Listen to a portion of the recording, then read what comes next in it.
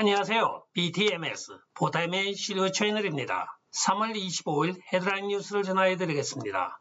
보타임은 조 바이든 정부가 도널드 트럼프 대통령 때 추진하여온 미국과 멕시코 국경 장벽 건설에 책정되었던 예산에 대한 조 바이든 정부가 2호 즉 행정명령을 통하여 시행 금지를 한 것에 대하여 GAO 즉 Government Accountability Office에서 수사에 착수를 하였습니다. 이는 그간에 국경의 대량 난민 유입으로 많은 사회적인 문제가 대두가 되자 국경 장벽에 사용되어야 될 이 자금이 왜 동결이 되었는지에 대한 공화당 의원들의 요청이 쇄도하자 부랴불 국가기관인 GAO가 이번에 수사에 착수하게 된 것입니다. 만약 고의적으로 이것을 국경을 개방하기 위한 일환으로 의도적으로 시행된 것이 확인이 되면 조 바이든은 탄핵 대상입니다. 상원에서 트랜스젠더인 레이첼 레븐을 보건복지부 장관으로 임명하는 데 동의 인준하였습니다. 레이첼 레븐 장관은 필라델피아 보건복지부 장관 시절에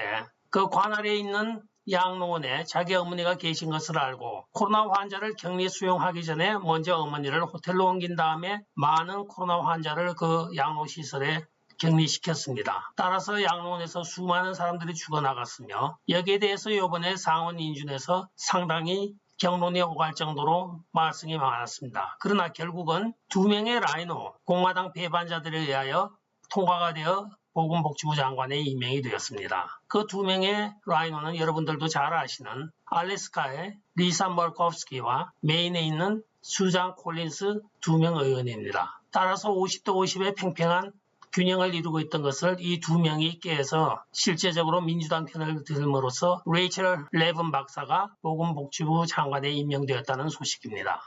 네, 버지니아주에서 2개의 카운티가 중국에서 행하여지고 있는 양심수들의 장기 적출에 대하여 반대의 입법을 하여 오늘 통과를 시켰습니다. 이는 공식적으로 중국이 양심수를 상대로 장기 적출을 하고 있다는 확인이 된 것이며 그간의 유엔 등 여러 가지 국제기구들이 등한시하여 왔던 인권에 대한 새로운 장을 연 것으로 사료가 됩니다. 따라서 그간에 자행되어 온 공산당들의 인간을 상대로 한 장기 매매 적출 후 밀매를 통한 비자금 확보를 이번에 공식적으로 확인한 사건이 되며 세계인권기구와 유엔이 그간에 엉뚱한 짓만 하였다는 것을 다시 한번 창피하게 생각되는 순간이기도 합니다.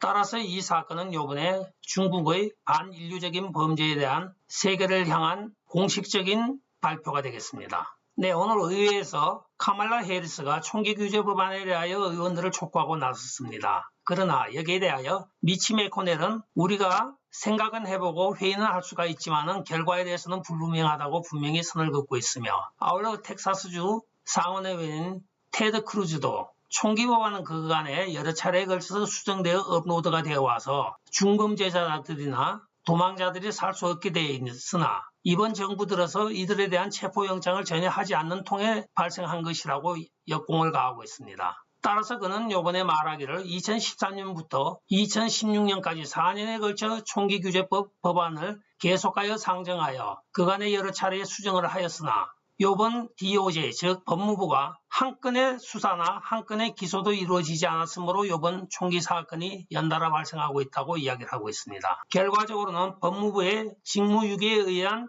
대량 살상의 총기 난동이 일어난 셈입니다. 또한 이번 무슬림 청년에 의한 10명을 사살한 콜로라도 사건에 대하여 어떤 메인스트림 미디어도 그의 인종이나 그의 종교에 대해서는 이야기한 적이 없습니다. 그 전에 이 메인스트림 미디어가 나레이티브를 백인 가격분자라고 하였다가 그것이 아닌 것이 밝혀졌으나 어떤 한 개의 메인스트림도 거기에 대한 사과나 오보 정정을 한 적도 없습니다. 자기들이 아젠다를 만들어서 몰아가다가 아니면 말고식입니다. 도널드 트럼프 대통령 뒤통수를 때렸던 미치 매코넬입니다. 이 상원 의원이 오늘 국회에서 조 바이든이 분명히 비당파적으로 정치를 하겠다고 하였으나 지금 하는 것을 보니까 비당파적이 아니라고 불만을 토로하고 있습니다. 따라서 그는 연일 이야기를 하길 그가 대통령이 되고 백악관에 들어간 지 2달이 됐지만은 자기는 한 번도 초대받지 못하였다고 불만을 토로하고 있습니다. 하기야 40여년 정치 친구니까 자기로서는 기대를 했겠죠. 그러니까 자기 당의 후보보다는 그 친구를 밀었던 것도 사실입니다. 예, 민주당은 벌구입니다. 입만 벌리면 구라를 친다고 해서 벌구라고 한다고 하네요. 우크라이나에서 모르식이라는 우주항공 분야의 엔진을 제작하는 세계적인 기업이 국영 소유로 전환이 되었습니다. 오늘 법원에 의하여 모러시에 대한 자산 및 전체 지분의 압수를 명령하였습니다.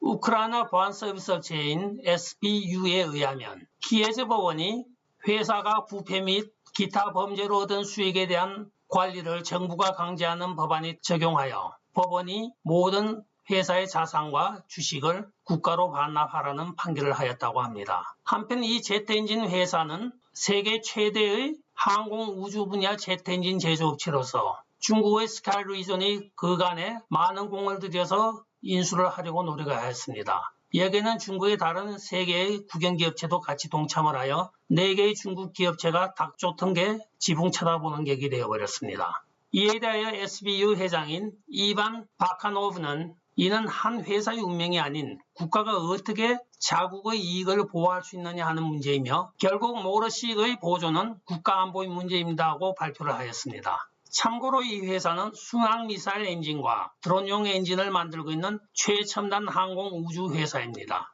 제너럴 모터스가 반도체 칩 부족으로 인하여 북미 차량 생산 라인의 일부를 잠정적으로 중단하기로 결정하였습니다. 미주리주에 있는 웬츠빌 조립 공장이 3월 29일부터 4월 5일까지 생산을 중단하며 현재 생산을 중단하고 있는 미시간의 랜싱에 있는 공장은 앞으로 2주를 더 연장하여 생산 중단을 할 것이라고 발표하였습니다. 이로 인하여 이번 상반기에 한 20억 달러의 손실이 예상이 되고 있으나 하반기에 반도체 칩의 공급이 원활해질 때 생산량을 증가시켜서 이 손실을 보충할 생각이라고 대변인인 데이빗 바운스가 오늘 발표를 하였습니다. 드디어 공식 발표가 되었습니다. 그간의 회자가 되어왔던 가상화폐 비트코인으로 테슬라 자동차를 구입할 수 있게 되었습니다.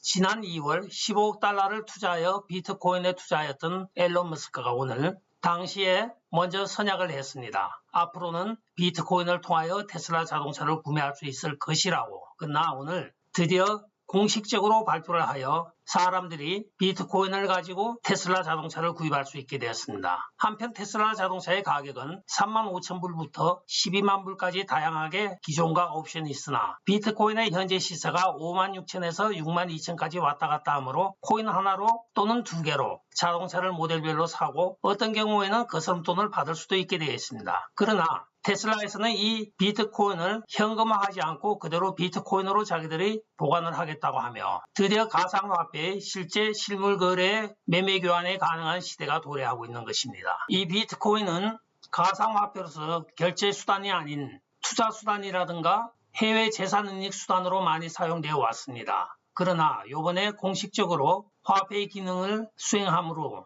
앞으로 가상화폐의 시대가 열리게 된 것입니다. 당분간은 북미 시장에서만 이 비트코인을 통한 테슬라 자동차 구매가 가능하나 점진적으로 각국으로 확대하여 전 세계적으로 앞으로 가상화폐를 통한 매매가 가능하다고 테슬라는 오늘 발표를 하고 있습니다. 끝까지 시청해 주셔서 감사합니다. 좋아요, 구독, 알림 그리고 공유 부탁드리고요. 댓글 많이 부탁드리겠습니다. 안녕히 계십시오.